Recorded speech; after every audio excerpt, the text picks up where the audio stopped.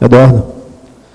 Em tecnologia, a técnica da Glasnost, me corrija aí se eu estiver pronunciando errado, aplicada à própria internacionalidade, promovendo a asepsia de temas tabus para a consciência. Tá, eu considero essa parte aqui, uma das partes principais do verbete. Tem uma parte do curso do Higiene Consciencial que a gente coloca vários slides para mostrar os temas tabus e ver, para as pessoas estudarem as repercussões que elas têm ao lerem aqueles temas tabus. A abordagem nossa aqui é em relação à transparência. Então, dentro da Glasnost, a primeira questão da transparência é a transparência da pessoa consigo própria. Então, esse é o ponto principal. E também outras questões importantes dentro da Glasnost. A transparência, ela não é ingenuidade. Então, por exemplo, você não pode ficar abrindo a sua vida para qualquer pessoa, qualquer lugar, porque você está muito motivado e a pessoa é sua amiga e tudo mais. Você não pode ser ingênuo. Por outro lado, tem certos momentos que você não pode omitir, você não pode mentir, você não pode esconder dentro do processo de transparência. Então, você vai lidar com questões que envolvem a cosmoética, né? E para você fazer uma reflexão cosmoética, você precisa estar em homeostase. Tem que estar bem. Para você fazer uma leitura própria e poder identificar qual que é a sua intenção com aquilo. Outras questões importantes. Medo dos próprios assuntos, né? A pessoa não quer olhar para dentro de si. E aí tem uma condição importante aqui, eu até trouxe uma revista, que é essa aqui, ó. Que é a questão da fuga do presente. Então, nesse processo de transparência, a pessoa não quer ser transparente consigo mesma, não consegue, devido às dificuldades pessoais, e ela foge. Ou foge para o passado, ou foge para o futuro. E eu queria ler rapidamente aqui, uma parte dessa revista aqui, A Vida Simples, que diz o seguinte, é uma parábola chinesa sobre uma situação de uma pessoa. É o seguinte, ó, um dia, andando na selva, um homem encontrou um tigre feroz. Ele correu para salvar sua vida, perseguido pelo tigre. O homem chegou à beira de um precipício e o tigre estava quase alcançando-o. Sem opção, ele se agarrou a uma parreira com suas duas mãos e desceu. No meio do precipício, olhou para cima e viu o tigre no topo, arreganhando os dentes. Ele olhou para baixo e viu outro tigre, rugindo e esperando a sua chegada. E ficou preso entre os dois. Em seguida, apareceram dois ratos sobre o precipício, um branco e outro preto. Como se ele não tivesse preocupações suficientes, os ratos começaram a roer a parreira. Sabia que, se os ratos continuassem a roer, chegaria um ponto em que a parreira não poderia suportar seu peso, causando a sua queda. Ele tentou espantar os ratos, mas eles voltavam e continuavam a roer. Neste momento, ele observou um morangueiro crescendo na parede do precipício, não muito longe dele. Os morangos pareciam grandes e maduros. Segurando-se na parreira com apenas uma das mãos, com a outra mão ele colheu o morango. Com um tigre acima, outro abaixo, e com os ratos continuando a roer a parreira, o homem comeu o morango e achou absolutamente delicioso. Então, isso é mais ou menos o que o professor Valdo fala do vulcão, né? Que o troço está pegando fogo e a gente precisa investir nessa questão de não fugir da própria realidade, não fugir de si mesmo. Ao verbetógrafo, em Pensenologia, página 6, terceira linha. Por favor, ampliar os retropensênios interferindo na vida atual do intermissivista, exigindo lucidez e recuperação de consciência para a compreensão, desassédio e superação definitiva pela recim efetiva. Essa questão dos retropensenes, é importante a pessoa identificar isso nela, porque ela pode confundir, por exemplo, com as questões que envolvem a educação familiar, ou questões dessa vida atual. Então, na hora que ela faz lá a retrospectiva dela, olha para a educação familiar, vê da onde que ela veio, né? A tendência dela, se ela está numa condição de maior vitimização, é colocar a culpa na família, ou colocar a culpa, enfim, em alguma coisa dessa atual vida humana, na questão que envolve, né, as problemáticas intraconscienciais.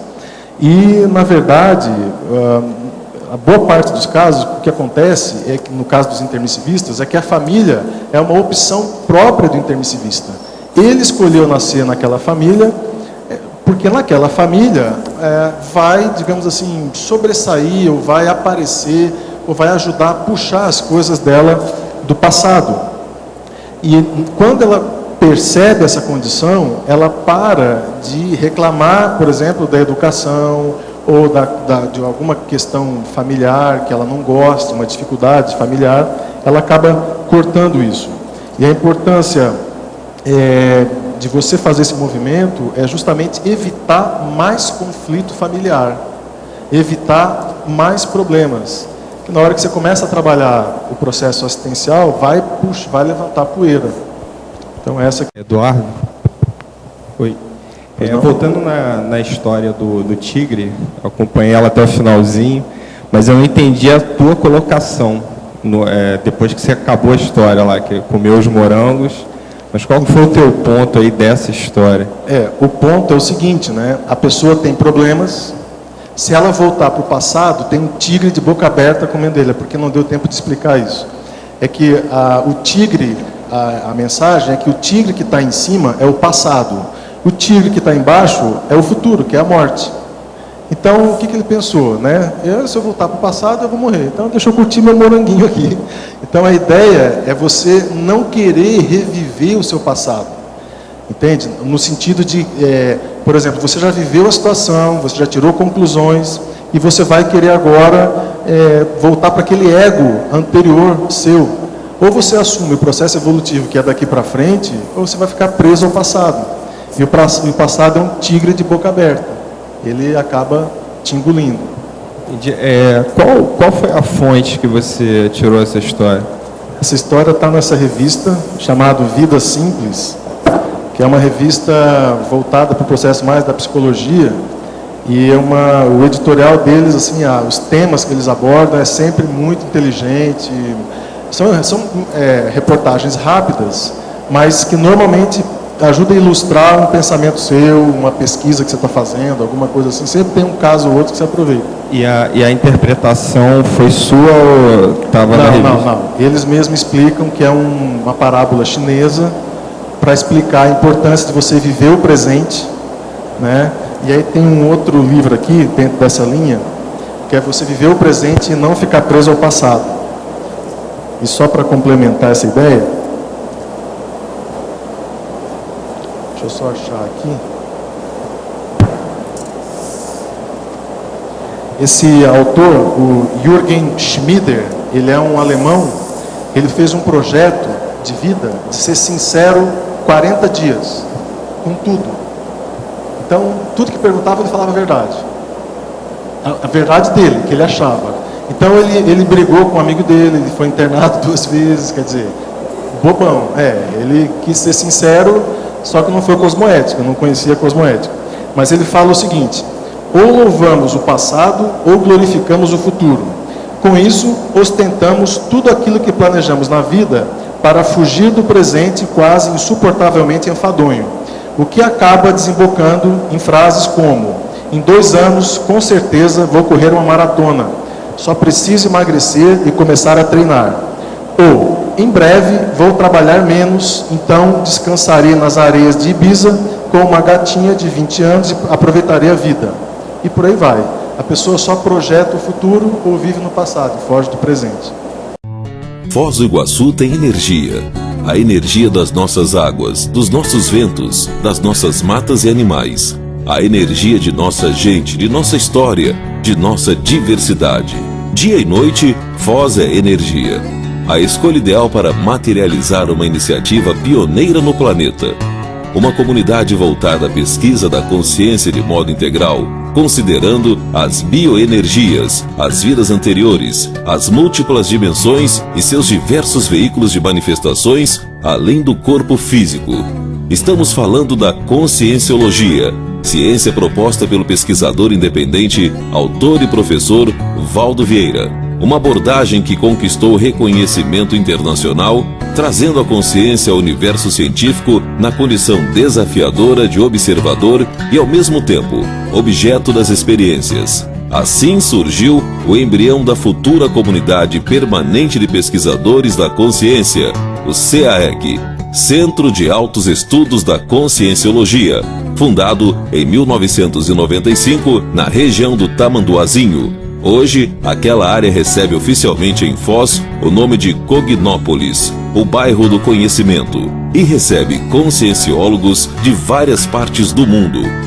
Um grande polo atrator de intermissivistas, aqueles que estudaram em cursos especializados para cumprir as programações de vida com que se comprometeram antes de seu nascimento nesta dimensão física. O CAEC foi o primeiro e continua sendo o mais importante complexo de pesquisa na Cognópolis de Foz do Iguaçu. Ele abriga a holoteca, com centenas de milhares de livros e artefatos do saber. O patrimônio científico da holoteca é oferecido à comunidade de Foz do Iguaçu de maneira pública e gratuita. Também lá se encontra o Holociclo, que reúne os voluntários que se dedicam à linha de produção da Enciclopédia da Conscienciologia, trabalho coordenado pelo professor Valdo Vieira, que já rendeu a publicação de mais de 8.000 páginas. Em 19 de setembro de 2008, a holoteca ganhou o projeto de sua nova casa das mãos do renomado arquiteto Oscar Niemeyer. Assim, o Mega Centro Cultural Holoteca será construído na Avenida Maria Bubiac, ao lado do CAEC. Atualmente, o projeto está em levantamento de recursos para a elaboração do memorial descritivo, o que é necessário para sua aprovação pela Lei Rouanet. No Tertuliarium, diariamente, do 12h30 às 2h30, o professor Valdo Vieira aplica seu curso de longo curso, aberto e sem pré-requisitos a todos os interessados, que podem participar presencialmente ou pela internet. O CAEC, porém, não é o único complexo ali presente e a Cognópolis continua a crescer. O plano diretor para o bairro é formado por extensa área de preservação ambiental, condomínios residenciais e um centro empresarial e de convenções, o Discernimentum, que reúne organizações conscienciológicas de voluntariado e empresas de serviços. Muita gente não sabe, mas tudo isso foi e está sendo construído com a força do voluntariado. A Enciclopédia da Conscienciologia e o Mega Centro Cultural Holoteca compõem o eixo central da programação de vida da maioria dos intermissivistas que moram em Foz do Iguaçu.